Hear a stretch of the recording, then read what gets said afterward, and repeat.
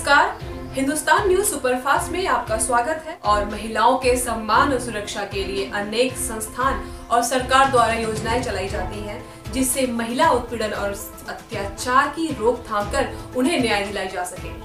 लेकिन आज हम ऐसी महिलाओं पर हो रहे अत्याचार और दबंग लोगों से पीड़ित महिलाओं से मिलवाएंगे और दिखाएंगे उन्हें किस तरह परेशानियों का सामना करना पड़ रहा है और माफियाओं के डर से उनकी आवाज थाने से बाहर रखा जा रहा है।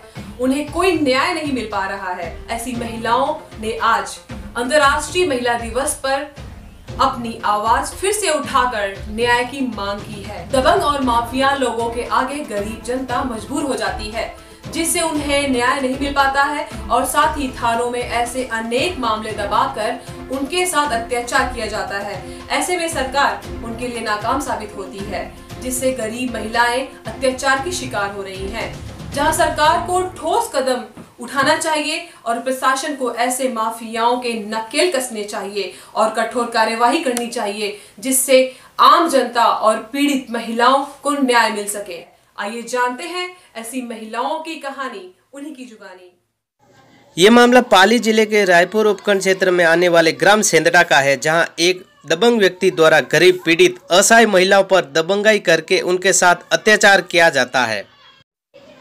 इन महिलाओं ने अपनी आवाज प्रशासन तक पहुंचाने के लिए एक कार्यक्रम आयोजित कर अपनी दर्द भरी दास्तां आज मीडिया के सामने रखा। आइए जानते हैं हमारा संवाददाता की एक खास रिपोर्ट।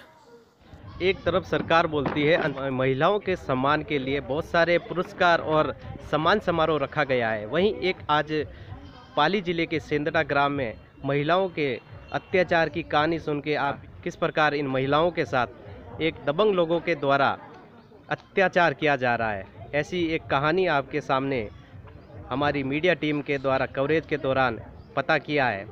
आप जान के हैरान होगी किस प्रकार एक दबंग लोग उनके ऊपर अत्याचार करके परेशान किया जा रहा है। वहीं महिलाओं की बात करें तो आज कई महिलाओं ने उनकी समस्या को हमारे सामने रखा है, उन समस्याओं से रूबरू कराते हैं किस प्रकार ये महिला दबंग लोगों के शिकार से पीड़ित है। उन महिलाओं ने आज अंतर्राष्ट्रीय महिला दिवस के उपलक्ष्य में अपनी आवाज़ उठाई है। उन महिलाओं से जानना चाहते हैं क्या उनके साथ घटना घटी है, किन लोगों ने उनके साथ अत्याचार किया है।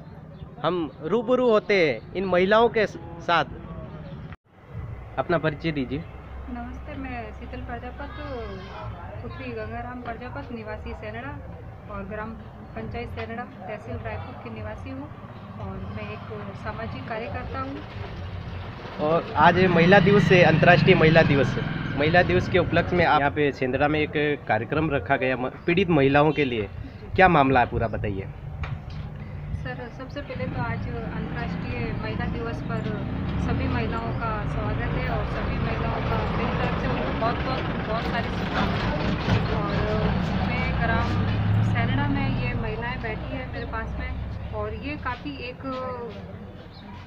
एक आदमी ऐसा है यहाँ पे जिसका नाम है प्रभु सिंह पुत्र मान सिंह, और एक दूसरे का नाम है चिमन सिंह पुत्र खीम सिंह।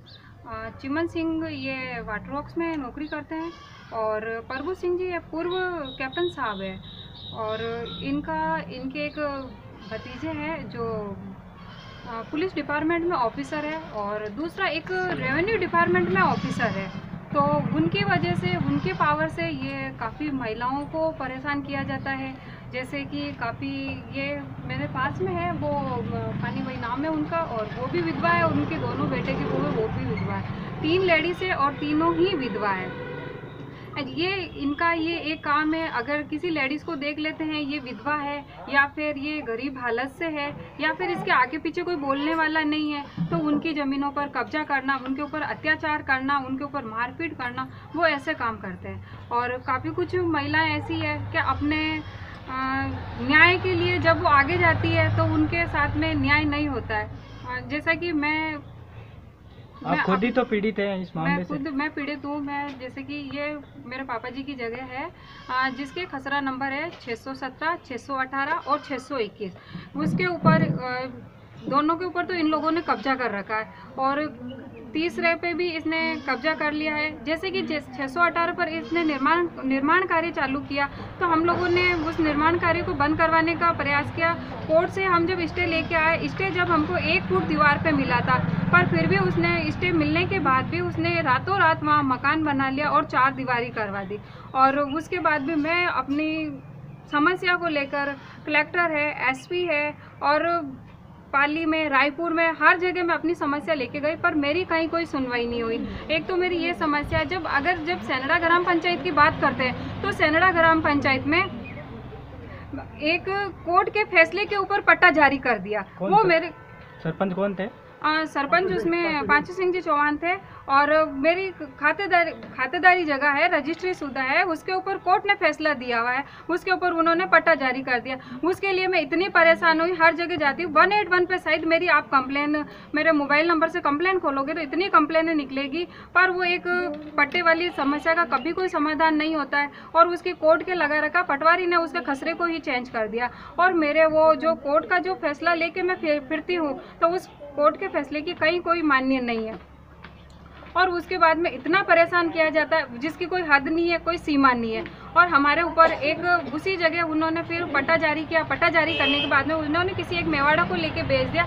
फिर मेवाड़ा करके उन्होंने एक आगे जाके कोई ऐसी आदमी को उन्होंने वो जगह भेज दी। फिर ऐसी वालों ने वो उसी जगह को लेकर हमारे ऊपर SC/ST का केस लगा दिया, जिससे मेरा पूरा परिवार पीड़ित है। और हम उसकी वजह से हम लोगों को गिरफ्तार किया गया। हम लोगों पर काफ़ी अन्याय व काफ़ी अत्याचार हो गए।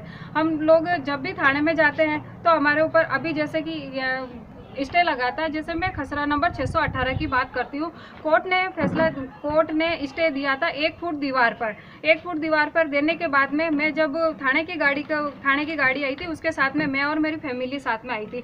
तो हम लोग जैसे वहाँ कारीगर लोग काम कर रहे थे, हम लोग उस कारीगर को वहाँ थाने वाले पकड़ के थाने के अंदर ले गए थे। थाने के अंदर ले जाके उन लोगों को बैठा दिया, वहाँ पे बैठा दिया। फिर वो थानेदार के ऊपर से कोई फ़ोन आया था, कोई CI SI का पता नहीं किन का फ़ोन आया था, उन्होंने बात की, फिर उनको छोड़ दिया। छोड़ने के बाद में वो जो लड़का था जो यह काम कर रहा था, स्टे लगने के ऊपर कानूनी रूप से वो गलत था। स्टे के बाद में वो काम कर रहा था, काम करने के बाद में उसको वहाँ लेके गए, थाने में गिरफ्तार करके उनको छोड़ दिया। फिर वो लड़का जाके ब्यावर जाके अस्पताल में भर्ती हो गया। भर्ती होके और हमारे ऊपर आरोप लगा दिया कि मेरे भैया ने उसके साथ मारपीट की। तो थानेदार जी ने उनका मुकदमा दर्ज कर दिया, मेरे भैया को गिरफ्तार कर लिया गया।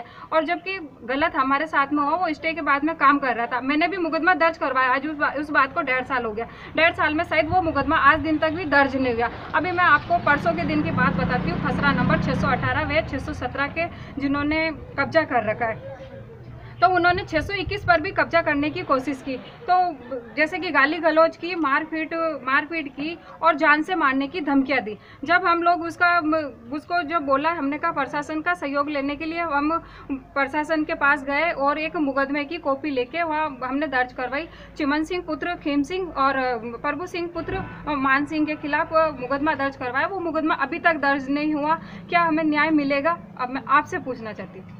एक सवाल ये भी है, जब ये ज़मीन का जो मामला हुआ था उसके साथ में आप जैसे अत्याचार की बात कर रहे हो, तो आपके साथ ऐसा कोई अत्याचार घटित हुआ है पुलिस प्रशासन के द्वारा या आपके परिवार के द्वारा, जिनको जेल की हवा भी खानी पड़ी? हाँ सर, अत्याचार तो ये है कि हमारे ऊपर 151 के मुकदमे कितने हैं, हमारे को तो अपराधी घोषित कर दिया गया है। हमारे महीने में शायद 25 दिन 26 दिन तो हम लोगों की पैसियाँ ही पड़ती है। सारे काम छोड़ के हमको तो पैसियाँ पे जाना पड़ता है। नहीं हमारे पास में वकील को देने के लिए पैसे हैं, नहीं किसी को देने के लिए पैसे। हाँ, एक चीज़ बताना चाहूँगी, जब मेरे ऊपर SC/ST का केस लगा था तो वीर सिंह शेखावत जी ने मेरे से 25-25 हज़ार रुपये मांगे थे। बोला कि मेरे को 25 हज़ार रुपये दे दो तो तुम्हारे मम्मी का नाम निकाल दूंगा, 25 हज़ार रुपये दे दो तो तुम्हारे पापा का तुम्हारा नाम निकाल दूंगा, तुम महिला हो। ऐसे करके हमारे पास में पैसा नहीं था, इसीलिए हम लोगों को गिरफ्तार किया गया। और वो मैटर बिल्कुल झूठा है। वीर सिंह शेखावत कौन था? वीर सिंह शेखावत डिप्टी साहब थे।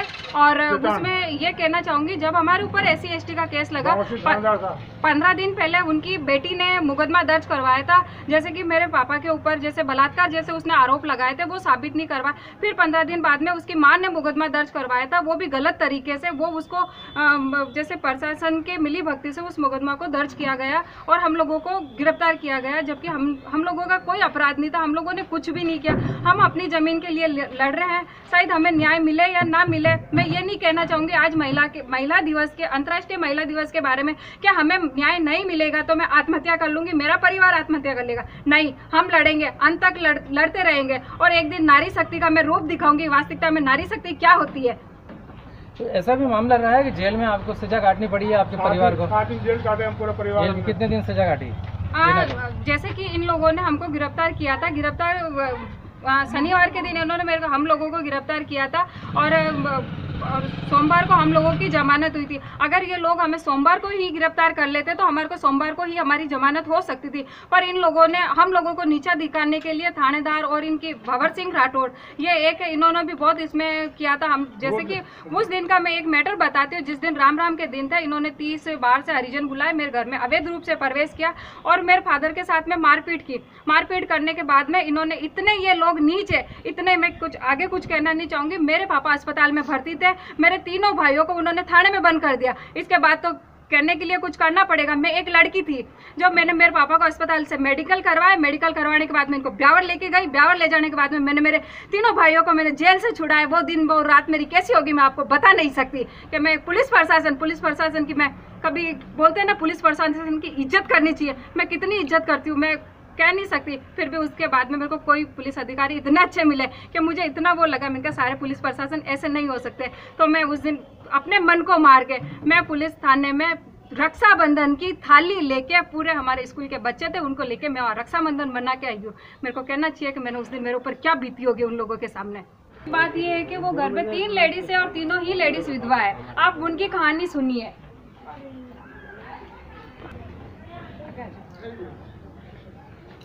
हमारे पीछे मकान है, आगे मकान है, पीछे जमीन है, पानी देवी है और कब्जा प्रभु सिंह है।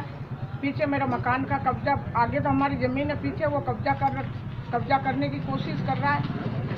तीनों मेरी बउआ विधवा है, बच्चे तो है नहीं, छोटे छोटे पोते हैं। मेरा आदमी भी चला गया है और पीछे जमीन मेरी कोसना चाहता, समझा सा। आए दिन वो मार परेशानी करते हमारे को। ये जमीन किसकी, आपकी है? हाँ, जमीन हमारी है, हमारे पास पट्टा है। पट्टा है? हाँ। पट्टा होने के बावजूद भी आपको परेशान कर रहे हैं? पीछे पूर्ण भी का मेरा आदमी का नाम बोलती है, मेरी रस्सी तक कटी हुई है 91 की। ये कौन कर रहा है अतिक्रमण? ये कर रहा। सरपंच को बताया आपने? सबको बता दिया हमने। क्या कहा सरपंच ने? क्या? हाँ, क्या कुछ नहीं, ये तो क्या पड़त है, वो पड़त है। तो हमारा मकान हमारे को पट्टा दे रखा है, पट्टा दिया जब हमने मकान बनाया। और पीछे भी मेरे तो 91 की केस, 10 साल से केस मेरे पास रसीद पड़ी है 4-5, तो भी कब्जा करना चाहता है। बउआ मेरी विधवा है, मेरा खुद का भी आदमी चला गया। कोई सुनाई नहीं करता, कोई थाना में सुनाई कर रहा है, कोई पटवारी सुनाई करे, कोई नहीं करे। हाँ, हमारा घर थानादार है चंद्र सिंह है, उसका सपोर्ट आ जाता है, हमारे को दबा देता। तो ये चंद्र सिंह जी कौन है, थोड़ी इसके बारे में थोड़ी इसके प्रभु सिंह का भतीजा है। हाँ, प्रभु सिंह का भतीजा। किसी के रिलेशन में अगर अधिकारी होते तो उसका इस तरीके से मिसयूज किया जाता है कि वो विधवाओं को परेशान करना, किसी के ऊपर अत्याचार करना, किसी की खातेदारी लेना, या फिर मैंने थाना में दी, कोई सुना ही नहीं। उस इंसान ने हेडपंप जैसी जगह नहीं छोड़ी है। हाँ, मेरी रसीद मैंने थाना में दी कि ये देखो मैं, मतलब मेरी जमीन है, तो भी कुछ नहीं हुआ।